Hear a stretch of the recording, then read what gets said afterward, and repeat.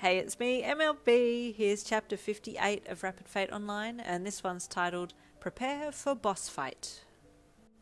Sexy Schoolgirl 69 and Magata were already there in the empty room, and you gave your bestie a sly look as you sidled up beside her after letting go of Butterfly's hand.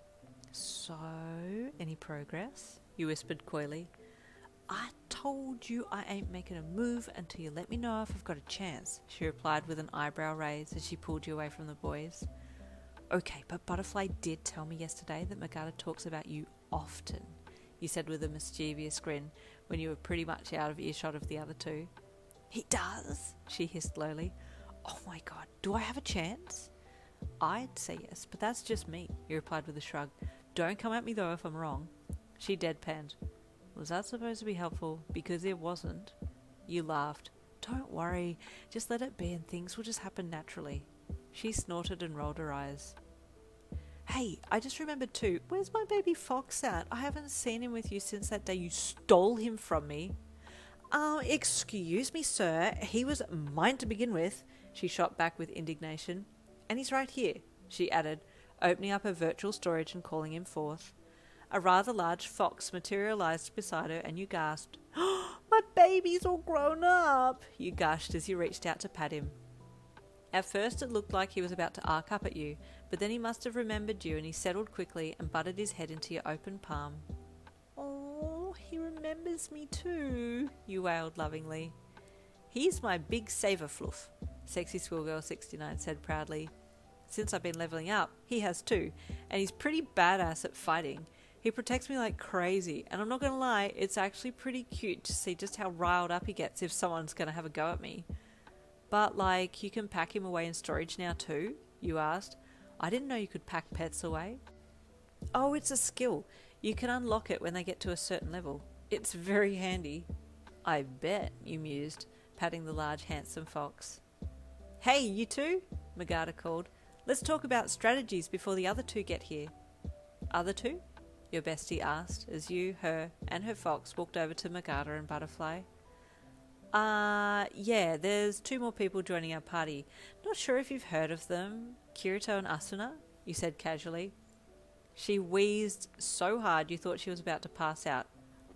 I'm sorry, she wheezed out in a strained voice.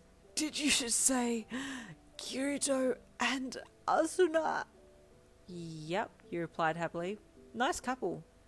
Do you know who they are? She screeched. Well, I do now. They were big in Sayo, you replied nonchalantly. Big in Sayo? They beat the frickin' game, woman? She replied emphatically.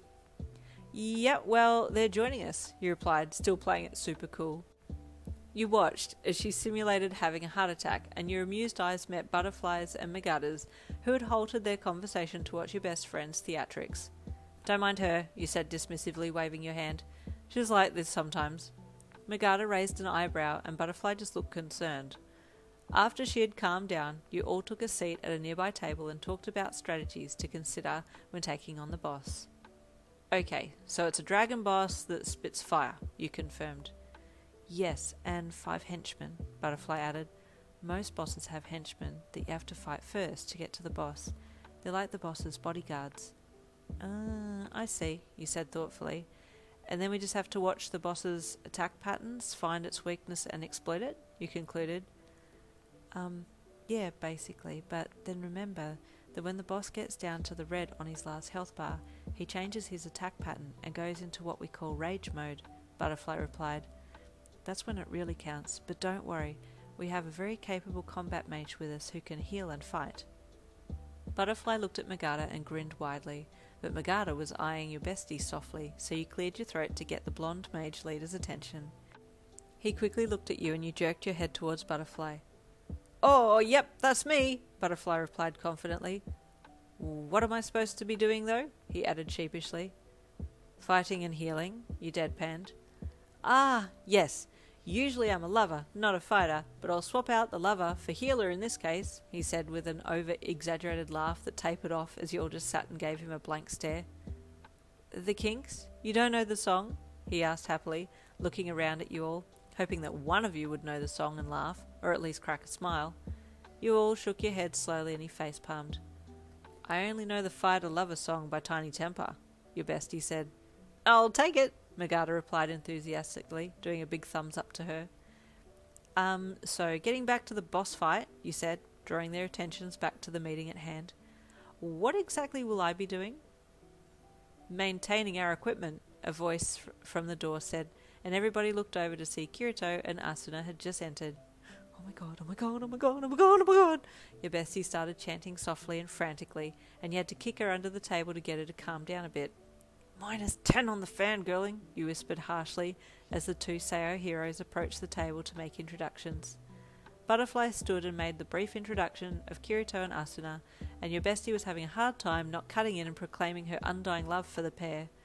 Magata was the first to introduce himself, followed by your bestie, who all of a sudden realised what she had named herself in-game and immediately felt embarrassed at having to say her online name out loud.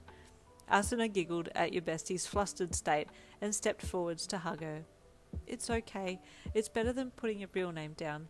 I regret putting my name as Asuna. I should have chosen something different. No, I love Asuna, your bestie replied hurriedly. The Seo pair finally sat, and the brief meeting continued. So I'm just going to be maintaining equipment? You asked. No, well, not exactly, Butterfly replied.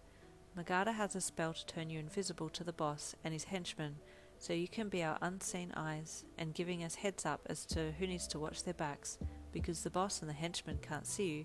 You're practically safe from attacks. Practically? You said with air quotation marks. What does practically entail? And there ends chapter 58. Stay tuned for chapter 59.